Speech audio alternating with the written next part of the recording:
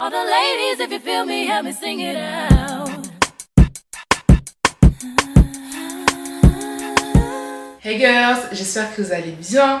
Aujourd'hui on se retrouve avec une vidéo chit-chat où je vais répondre à toutes les questions que vous m'avez posées sur Instagram. Je vous ai demandé de me poser des questions sur moi et sur tout autre sujet en tout genre. Donc je vais y répondre en me maquillant comme d'hab, vous connaissez. Donc j'ai fait un make-up très simple, hein. Franchement c'est vraiment mon make-up de tous les jours. Mais voilà, on va pas faire une intro trop longue, vous connaissez déjà. N'oubliez pas de liker parce que je vous le demande jamais. Likez, abonnez-vous, commentez. Vous savez ce que vous avez à faire, rejoignez-moi sur Instagram et voilà, je vous laisse avec la suite. Ok guys, we're back. Did you miss me? Dans mon dernier vlog, je vous avais dit que j'allais faire des braids. Les voici, vous les avez pas encore vus sur YouTube. Là, ça doit faire bien 2 semaines que je les ai. Hein. Je vous jure, j'ai tellement négligé, j'ai trop négligé. Les braids pour moi, c'était vraiment la coupe de l'été. Je la faisais que pour partir en vacances et encore, hein, et encore. Ou en été, mais franchement à cette période aussi c'est très très bien. Genre, après tu vas me dire il fait encore chaud, mais franchement c'est tellement bien de ne pas avoir à se coiffer. C'est tellement bien. Je vous jure c'est mort là, je vais faire des braids une fois par trimestre, minimum.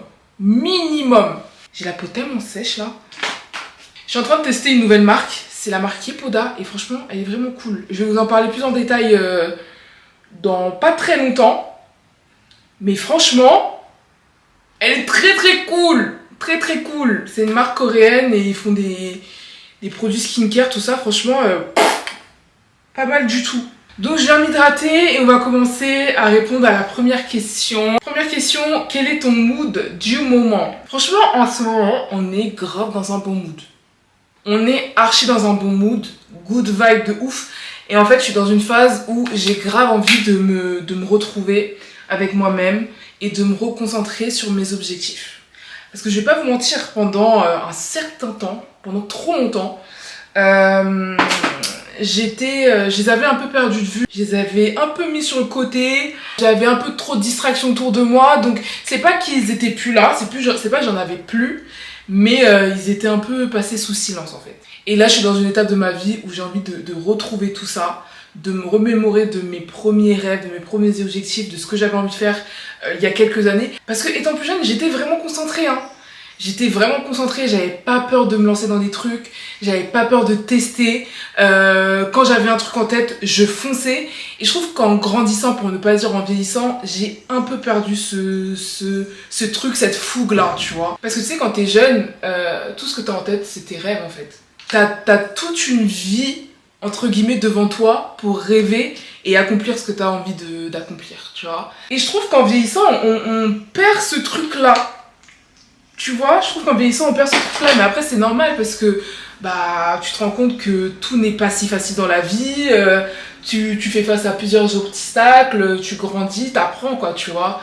Et donc, en fait, en grandissant, tu t'es plus mis face aux réalités de la vie, tu vois. Et donc, tu peux perdre un peu d'ambition. Parce que ça fait vraiment pas mal de temps que je suis sur YouTube. Ça commence à faire long là, t'as vu? Donc vous avez pu un peu voir l'évolution. Donc j'ai commencé YouTube, 2 ans après je suis tombée enceinte, donc j'étais totalement absorbée par la maternité. Et là aujourd'hui, c'est pas que je peux lâcher du lest, mais ma fille est un peu plus grande, elle est un peu plus indépendante, elle va à l'école, etc. Et je trouve que c'est un peu plus facile pour moi de me reconcentrer sur moi justement, tu vois, sur les choses que j'ai envie d'accomplir sur le long terme. Parce que jusqu'à présent, j'avais que des objectifs à court terme. Et là, aujourd'hui, je commence à penser beaucoup plus loin. Parce que, ok, les réseaux, c'est bien, mais on sait jamais comment ça peut tourner avec le temps, tu vois. Donc je trouve que c'est quand même important, voire indispensable, de penser au-delà de ça. Donc le mood pour 2024, c'est de tout dégommer en fait. Tout dégommer. T'as vu, 2023, on s'était dit ça pour 2023, mais en fait je pense que 2023 c'était l'année de la préparation au dégommage. Là 2024 ça va être sérieux, ok? Ça va être sérieux. Donc voilà, trop contente d'avoir cette mentalité, d'avoir cette motivation, cette détermination, cette ambition, trop contente d'avoir retrouvé ça. Donc voilà, stay tuned. Alors, next question. Attends, elle est où? Comptes-tu te lancer dans les prestations make-up? Si oui, pourquoi avoir attendu? Alors, par quoi commencer? Alors, je pense que sur Instagram, vous m'avez vu un peu teaser, vous m'avez vu faire ma formation, vous me voyez un peu faire des make-up sur mes amis, tout ça, mais vous savez pas vraiment pourquoi je le fais. Genre, je vous ai jamais clairement expliqué quel était le projet. Et pour vous dire la vérité, moi-même au début, je savais pas ce que je faisais, je savais pas. Même quand j'avais fait ma formation, je vous en avais parlé sur YouTube, tu vois, et même à ce moment-là, je disais, vas-y, je fais ça. J'ai des trucs en tête, mais je sais pas vraiment ce que je vais faire, par quoi je vais commencer et tout ça. Enfin, c'était pas clair, tu vois, et pendant longtemps, c'est resté pas clair. Mais ouais, là, j'ai pour projet, sérieux, de me remettre dans le make-up, en fait. Pourquoi avoir entendu? Bonne question. Pourquoi avoir attendu?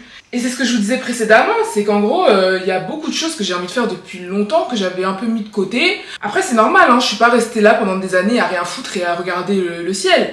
J'étais à fond dans l'influence, j'étais vraiment à fond dans l'influence. Mais aujourd'hui, j'ai besoin de plus, en fait. J'ai besoin de plus, j'ai besoin de faire plus, j'ai besoin de voir plus grand. Tu vois. Et le make-up, c'est quelque chose que j'ai toujours aimé, que j'ai toujours voulu faire. Je sais pas si vous me suiviez à cette époque-là, mais quand j'ai lancé ma chaîne YouTube, j'avais commencé à proposer des prestations, tout ça. Genre, je maquillais des gens. D'ailleurs, j'avais grave des clients tous les week-ends. Je me demande comment c'était possible. Tous les week-ends, j'étais prise pendant genre 3 mois. Et au bout d'un moment, j'avais arrêté parce que j'avais vraiment sous-estimé le métier, tu vois. Parce que moi, j'étais convaincue que si tu savais te maquiller, tu savais maquiller les autres, en fait. Mais ça n'a rien à voir. Donc, j'étais plus à l'aise. Et je m'étais dit à ce moment-là, si un jour j'ai envie de reprendre, je me formerai avant de le faire, tu vois. Où je m'entraînerai comme il se doit. Et je me suis demandé, qu'est-ce que je peux faire dans l'immédiat là? Et au final, je me suis arrêtée sur les prestations. Je sais pas pourquoi, je me suis arrêtée sur les prestations. Je me suis dit, en fait, ça, je devrais vraiment retenter. Tu vois? Parce que en vrai, j'ai rien à perdre. C'est pas un investissement de ouf. Si ça me plaît, ça peut que être du bon. Si ça me plaît pas, je peux arrêter à tout moment. Tu vois, en fait, j'avais vraiment cette pensée-là. C'est vrai que quand tu penses aux activités que les influenceuses font en dehors des réseaux sociaux, c'est souvent des marques, tu vois, c'est souvent un produit à vendre, etc. Pas forcément des services qu'elles vont proposer elles-mêmes, tu vois. Mais je me suis dit, pourquoi pas, genre. Je me suis dit, pourquoi pas. J'ai décalé ma plante parce qu'elle me saoulait. Vous voyez, la formation, je l'ai faite en janvier ou en février. Et c'est que maintenant que je retrouve l'envie, parce que je vous cache pas, c'était un peu une idée qui m'était sortie de la tête. En fait, j'étais pleine de doutes, tu vois. Et au final, là, cet été, je me suis dit, vas-y, tu sais quoi, je fais. J'ai dit, je m'en fous, je fais. Donc j'ai commencé à m'entraîner. D'ailleurs, si vous voulez être modèle, que vous êtes jolie, que vous savez poser, etc., n'hésitez pas à m'envoyer des DM. Parce que bah, je cherche des visages, en fait. Mais non, en vrai, ça faisait longtemps que j'avais pas eu un truc, une activité, une passion entre guillemets, dans lequel j'avais envie de me donner à 100%. Genre ça faisait vraiment longtemps que j'avais pas eu ça, et ça fait trop du bien de le retrouver en fait, tu vois. D'ailleurs, ça veut pas du tout dire que je vais arrêter l'influence ou la création de contenu. Pas du tout, au contraire. Au contraire, ça fera de nouvelles choses que j'aurai à vous partager, parce que ça, pour le coup, oui, je vous le dis, parce que c'est pas je sais pas comment dire. C'est pas un projet secret que tu travailles pendant longtemps. C'est un truc, c'est une activité. Quand tu le sens, tu commences en fait. Tu vois ce que je veux dire? Donc là, je suis même pas en mode ouais, je veux garder ça pour moi secret ou je sais pas quoi, je sais pas quoi. Là, je suis plus en mode j'ai envie de vous le partager. J'ai envie que vous voyez comment ça se passe, les étapes. Genre vraiment là, c'est un truc que j'ai envie de partager. Comme si, je sais pas comment vous expliquer, mais genre moi je suis totalement pour le fait de garder ses projets secrets, mais là je vois pas ça pareil du tout. Je vois vraiment pas ça pareil, je vois plus ça comme une nouvelle aventure, ça sera juste pour agrandir mon éventail. Tu vois, je trouve que c'est important, surtout quand t'es indépendant. C'est super important d'avoir plusieurs activités. J'ai mis 4 concealers pour trouver une bonne teinte, c'est une dinguerie. Tout ça parce que j'ai pas mon pack me goiffe, je sais pas où je l'ai mis. Ça me rend folle. Je jure, quand j'ai pas ça, mon make-up il est pas complet, tu vois. Alors, question suivante. Appréhendes-tu d'arriver à la trentaine? Pour le coup, pas du tout. Enfin, aujourd'hui, pas du tout. Parce que, étant plus jeune, ça fait aux alentours de 22 ans, 23 ans, j'avais l'impression que 30 ans c'était loin. Et que c'était vraiment le début de la vieillesse, tu vois. Tu sais, t'as tendance à t'imaginer à 30 ans... avec tout ce qu'il faut, marié, 2 enfants, financièrement stable, la maison, tout ça. Genre, tu t'imagines de grandes choses pour tes 30 ans. Mais en fait, on se rend vraiment pas compte à quel point, déjà, le temps passe vite, et à quel point 30 ans, c'est jeune.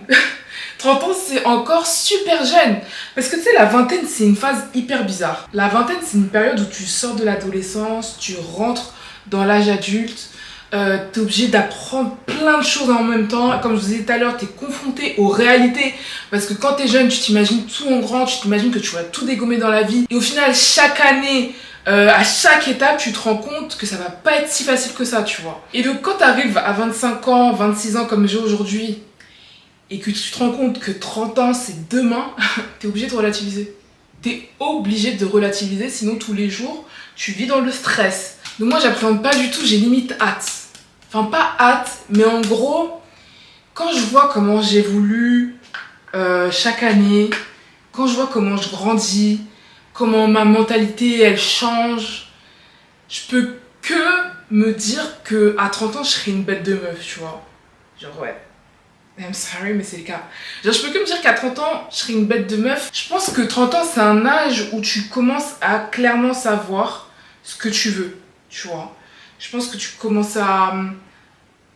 Je pense que c'est un âge où t'es plus posé, où t'as plus confiance en toi, où t'es plus assumée, où t'es vraiment femme. Et auquel que soit notre âge, je pense que c'est important d'être reconnaissant et de se rendre compte de la chance qu'on a de l'avoir en fait. En vrai, l'âge c'est quoi? L'âge c'est quoi? L'âge c'est quoi? C'est juste une autre façon de quantifier le temps, mais qu'est-ce qu'on en a à faire? Genre vraiment, faut penser au-delà de ça, parce que sinon tu t'en sors pas. D'ailleurs, il y a une question qui est plus ou moins liée, qui m'a un peu fait sourire parce que j'avais jamais entendu ça.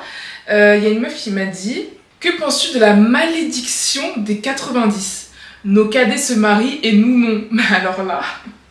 Malédiction des 90, mais si vous commencez à vous dire ça là, on est foutu. Vous êtes au courant ou pas? Si vous commencez à vous dire que vous êtes maudit, on est foutu. Commencez même pas à vous dire ça, c'est une folie. Non mais en vrai, en toute honnêteté, je peux comprendre. Quand on voit que l'âge avance et qu'on n'est pas marié, etc. Je peux comprendre l'inquiétude, je peux comprendre que ce soit quelque chose qui tracasse les gens. Parce que je vais pas faire comme si moi j'y pensais jamais, tu vois. Moi, en fait, j'y pense surtout parce que j'ai une fille qui a déjà 5 ans et j'aimerais bien qu'elle ait des frères et sœurs, en fait. J'ai pas envie d'avoir un enfant unique. Donc, c'est plus par rapport à ça que je me dis, j'ai pas envie que mes enfants ils aient trop d'années d'écart non plus. Genre, faut que ça arrive, en fait. Tu vois ce que je veux dire? Je pense que si j'avais pas eu ma fille, j'aurais pas forcément cette inquiétude-là. Enfin, je pense pas. Donc, ouais, des fois, je me mets un peu la pression à ce niveau-là parce que j'ai cette urgence-là, je pense qu'elle est totalement mentale parce qu'il n'y a pas d'urgence en soi. Si Dieu veut que j'ai d'autres enfants, j'en aurai. Mais je finis toujours par relativiser et me dire que je préfère que ça prenne du temps. Je préfère prendre du temps à trouver l'homme avec qui je vais finir, être sélective, avoir mes standards, plutôt que de me jeter entre guillemets sur le premier venu et de finir dans un mariage malheureux. Moi, mon goal, c'est d'avoir un mariage de rêve, pas le mariage en lui-même, hein, mais la relation. Je veux que ça soit une relation de rêve. Vraiment, le mariage parfait. Et je suis désolée, j'y crois. Moi, je suis désolée, j'y crois. Pourquoi je vais me dire que c'est pas possible si ça existe? Pourquoi ça m'arriverait pas à moi? Ça existe, frère. Donc moi, c'est ce que je veux. Je veux un mariage parfait. Je veux que si je me marie avec quelqu'un, on finisse nos jours ensemble. Tu vois? Donc ouais, je relativise tout le temps et je me dis, mon temps, c'est mon temps et il n'y a personne qui peut me l'enlever. Ça arrivera quand ça arrivera. Carrément, peut-être que j'ai l'impression d'être prête alors que je le suis pas du tout. Vous voyez? Genre des fois, je me pose la question, vas-y, tu dis que tu as envie de te marier, etc. Mais est-ce qu'aujourd'hui, t'es prête pour ça, genre? Est-ce que t'es prête à accueillir quelqu'un dans ton quotidien? Est-ce que t'es prête à faire la place à quelqu'un dans ton quotidien? Et je suis pas sûre que la réponse soit positive. Donc faut voir ça aussi, tu vois ce que je veux dire? Donc voilà, ne stressez pas pour les choses que vous ne pouvez pas contrôler, juste priez. Si vous croyez aux planètes, à l'univers ou à je sais pas quoi là, méditez ou priez. Et surtout, concentrez-vous sur vous. Je pense que dans une période de célibat, il y a énormément de choses à faire. Tu vois, il y a énormément de choses à faire.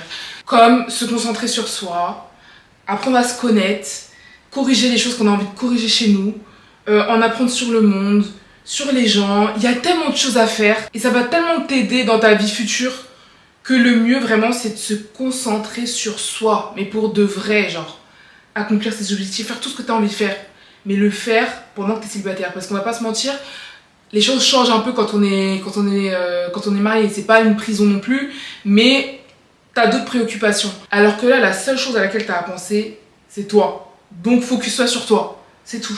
D'ailleurs, on m'a beaucoup demandé quelle était ma situation amoureuse et tout. C'est une question qui est grave retenue. Qu'est-ce qu'il y a là? Ouh là là! Vous voulez me caser avec vos cousins ou je comprends pas. Mais on m'a grave demandé si j'étais célibataire, en couple et tout, parce que c'est vrai que quand je le suis, vous savez pas. Quand je le suis pas, vous savez pas. Donc voilà, on sait pas trop. Mais non, là, en ce moment, je suis célibataire. Je papillonne, je fais ma vie.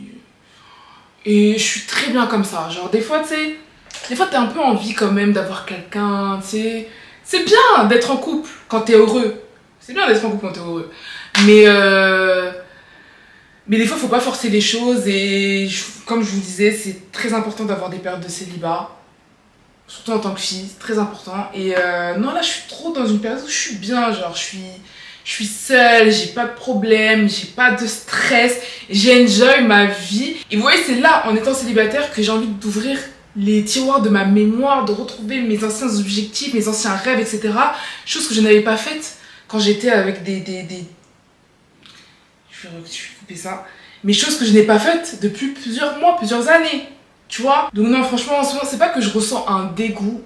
Mais en fait, je me suis rendu compte que plus jeune, j'avais vraiment sous-estimé la malveillance des hommes. Je l'avais vraiment sous-estimé, genre. Et le stress qu'il pouvait apporter à ta vie, genre. J'avais vraiment sous-estimé ça. Enfin, si, j'avais jamais connu ça, moi. Donc j'étais choquée.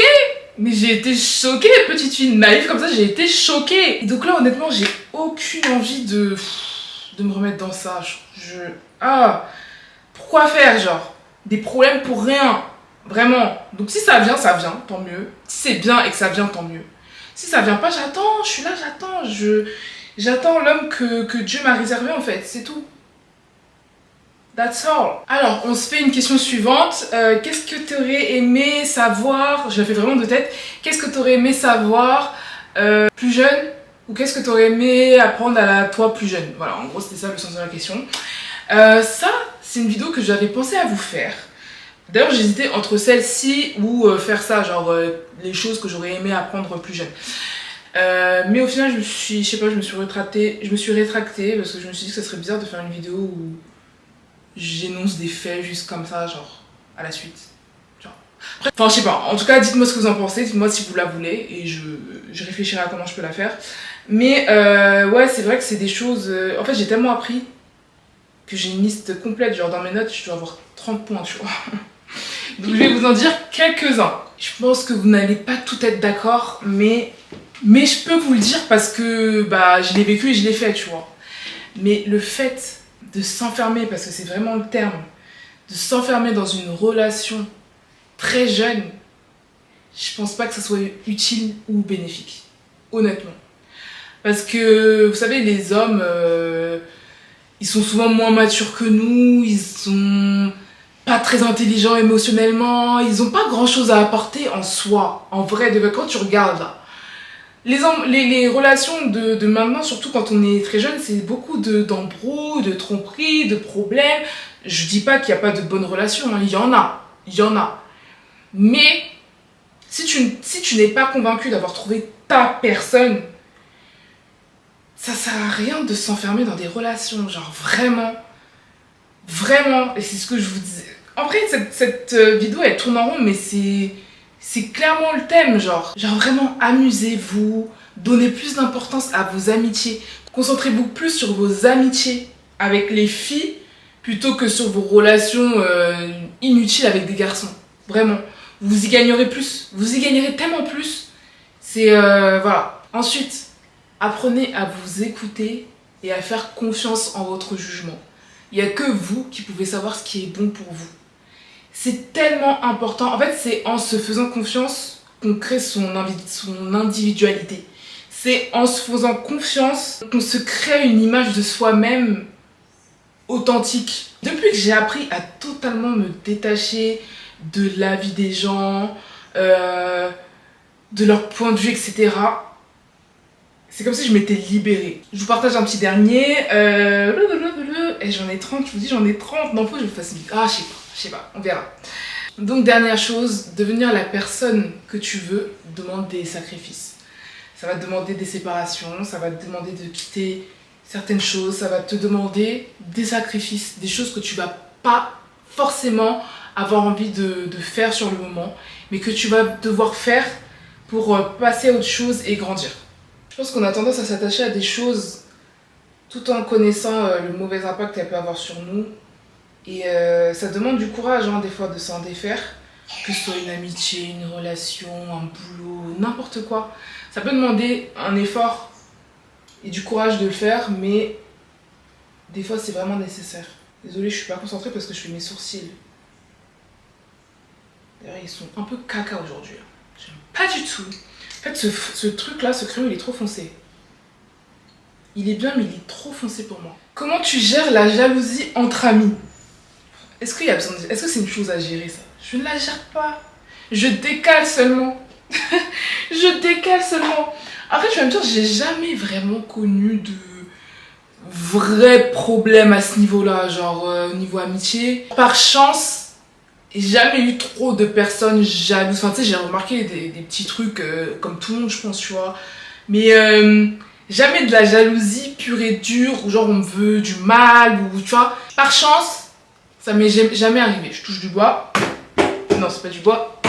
Je touche du bois. Ça m'est pas arrivé. Mais je pense que quand on vit ce genre de choses, comme je vous disais tout à l'heure, faut savoir décaler en fait.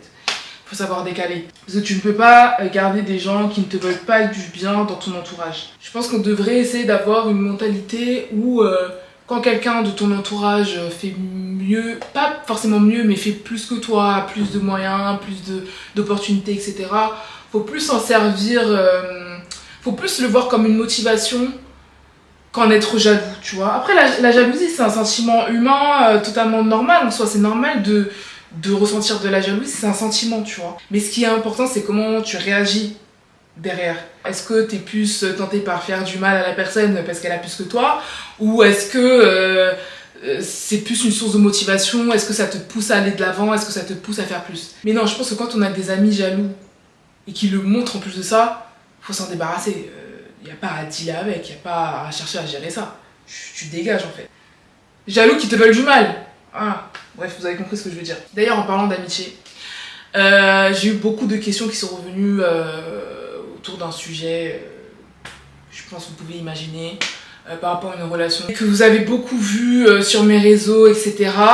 Et il y a beaucoup de gens qui me demandent le pourquoi du comment, quelle a été la cause de la séparation, etc. Et vu que je vous en ai jamais parlé, je comprends que la question revienne. Tu sais, quand je vous demande de me poser des questions, c'est normal que vous me posez les questions qui vous viennent en tête. Mais à partir du moment où j'ai jamais ressenti le besoin de m'exprimer sur ce sujet au moment T, c'est sûrement pas un an après que je vais le faire. Mais sûrement pas, tu vois. Donc je comprends que ça puisse vous intéresser, hein, parce que c'est intéressant, les dramas et tout. Moi-même, je kiffe les dramas, on va pas se mentir. Mais je vois pas l'intérêt d'en parler, genre ça m'intéresse vraiment pas. Ça m'intéresse vraiment pas d'en parler. J'aime pas parler des choses ou des personnes dont j'ai fait le deuil. J'aime pas ça, genre en fait, j'ai trop de fierté pour ça. Non, moi, de ma part, vous n'aurez aucune explication. Je trouve pas que ça soit utile. Je trouve pas que ça fasse avancer quoi que ce soit. So, I'm sorry. Genre, encore si c'était intéressant, je comprends. Mais c'est même pas intéressant. Genre, si je vous explique, vous allez souffler. Ça ne m'intéresse pas, ça ne va pas vous intéresser. So, let's move on. Let's move on from it. Ah. Alors là, silence radio, eyeliner time. Ouh, il est beau mon trait là. Miam. Que conseillerais-tu à une personne qui veut sortir d'une zone sombre? Je pense que le plus important quand on est dans une phase de déprime, de tristesse, etc., je pense que le plus important, c'est de faire face à ses émotions. de les accepter, de les laisser venir et de les faire sortir. Le mieux, le plus important, c'est de les vivre, sinon tu n'en seras jamais débarrassé. Donc moi, par exemple, quand je vais mal, quand je suis pas trop dans le mood, ou quand il y a des choses qui me... Quand je suis triste, tout simplement, parce que ça arrive à tout le monde, quand je suis triste, j'aime bien me prendre une journée toute seule, où je reste à la maison, même s'il faut rester dans le lit, je reste dans le lit. Je me laisse un temps précis. C'est-à-dire que je vais me dire, vas-y, pendant ces 24 heures-là, si j'ai envie d'être triste, je suis triste. Si j'ai envie de pleurer, je pleure. Si j'ai envie de gueuler, je gueule. Mais au bout de ces 24 heures-là, tout s'arrête et ma vie reprend en fait. Parce que c'est important de vivre ses émotions, etc. Mais il ne faut pas se laisser dans des tristesses qui n'en finissent pas. Tu vois. Tu prends une journée, tu vis ce que tu as besoin de vivre et le lendemain, tu te reprends. Tu te reprends. Parce que c'est pas bon de rester dans ça trop longtemps. Ce qui peut vous aider aussi à processer vos émotions plus rapidement, c'est d'écrire. Moi, j'écris beaucoup et je vous l'ai déjà dit. Ça m'aide de ouf. Genre, tu poses toutes tes pensées, toutes les choses qui traversent ton esprit, tu les écris. Et c'est bien parce que ça te fait faire une sorte d'introspection et ça te permet de garder ça comme des souvenirs que tu pourras relire et qui vont te permettre d'un peu voir ton évolution, tu vois, comment ta mentalité a changé, comment tu as évolué. Et c'est bien aussi, quand tu vas mieux, de te rendre compte qu'à tel moment, t'allais pas bien et que là, tout a changé en fait, tu vois, c'est satisfaisant. Donc, écrivez, vivez vos émotions. Et bien sûr, si vous avez besoin d'en parler, parlez-en, que ce soit un professionnel ou un ami de confiance, ou un membre de votre famille de confiance. N'hésitez pas à parler des choses qui vous tracassent. Parce que tout le monde a ses problèmes. Tout le monde, même la personne la plus heureuse, là, qui fait tout le temps des blagues, qui sourit tout le temps, ça se trouve que c'est elle qui a le plus de problèmes.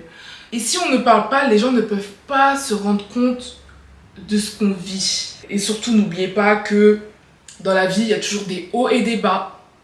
Il y a des bas qui peuvent être très bas, il y a des hauts qui peuvent être très hauts, mais c'est comme ça, c'est le chemin de la vie, il faut l'accepter. Il faut l'accepter.